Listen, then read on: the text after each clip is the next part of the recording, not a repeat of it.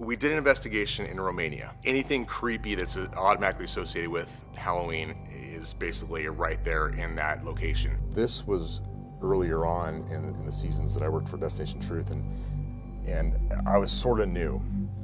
Josh Gates had assigned us tasks, and one of my tasks was to help set up base camp and help string out the infrared cameras, the IR cameras. We happened to set up our main base camp right next to a cemetery. Some of these cameras are extended, hundreds of yards away from base camp. Mm-hmm. So we're armed with a flashlight and a walkie-talkie. Just like any typical horror movie, I leave the group like an idiot. Just point out the smartest. You probably should have the buddy system going on, right. Things like that, especially unknown areas and werewolves running around. I happen to look up and I see a full moon. So I'm like, perfect. Wow. This is getting great.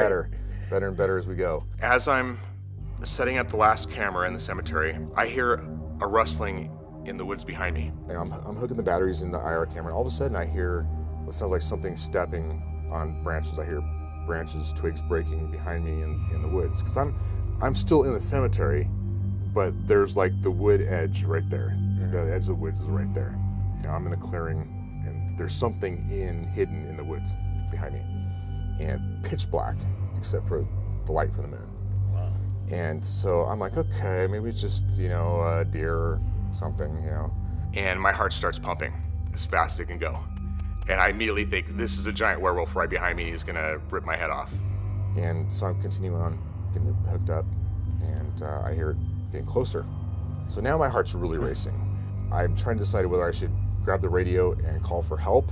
I start to grab my radio, my walkie-talkie, to call into base camp to tell them what's going on. My hand's shaking. I go on to talk and tell them that I hear something behind me, and I just froze. I could not move at all. But then I thought, if I do that, I'm gonna have the volume all the way up, and I'm gonna be like, hey guys, can you help me out here? I'm trying to be quiet, not to trigger whatever is behind me to attack. And all I'm gonna get is, yeah, Rex, what's going on? This is Josh. They're like super loud, and then the thing's gonna like rip my throat out and attack me. I just switched the radio off, and as I'm doing that, I hear footsteps behind me. So all these thoughts are rushing in my head. My life's flashing before my eyes. I'm imagining this thing ripping me apart.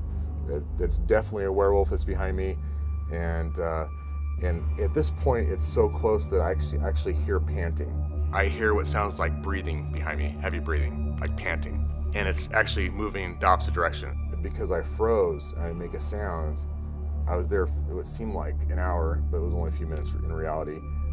Whatever it was kind of made its way off. It left me alone. I'm sure it smelled me and then left me alone. So by that time I just kind of, okay, I'm out of here. And that's all I cared about, is it went somewhere else away from me, and it left me alone. And I lived to tell about it. Wow. I didn't get bit. So.